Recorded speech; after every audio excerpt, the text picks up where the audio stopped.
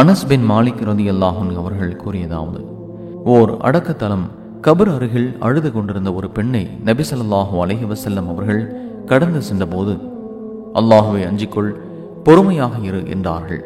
அதற்கு பெண், என்னை விட்டு அகன்று செல்வீராக, எனக்கு ஏற்பட்ட இத்துயரம் உமக்கு ஏற்படவில்லை என்று நபி ஸல்லல்லாஹு அலைஹி வஸல்லம் அவர்களை யாரென அறியாமல் கூறினார். அவரிடம் உரையாடியவர் நபி ஸல்லல்லாஹு அலைஹி வஸல்லம் அவர்கள் என கூறப்பட்டதும் நபி ஸல்லல்லாஹு அலைஹி வஸல்லம் அவர்கள் இருக்கும் இடத்திற்கு வந்தார். அங்கே நபி அவர்களுக்கு காவலாளிகள் யாரும் இருக்கவில்லை. நான் உங்களை யார் என அறியவில்லை என்று நபி ஸல்லல்லாஹு அலைஹி வஸல்லம் அவர்களிடம் கூறினார். அப்போது பொறுமை என்பது துன்பம் தாக்கிய ஆரம்பத்தில் கைகொள்வதுதான் என்று நபி ஸல்லல்லாஹு அலைஹி வஸல்லம் அவர்கள் கூறினார்கள். சஹீஹுல் புகாரி 1283.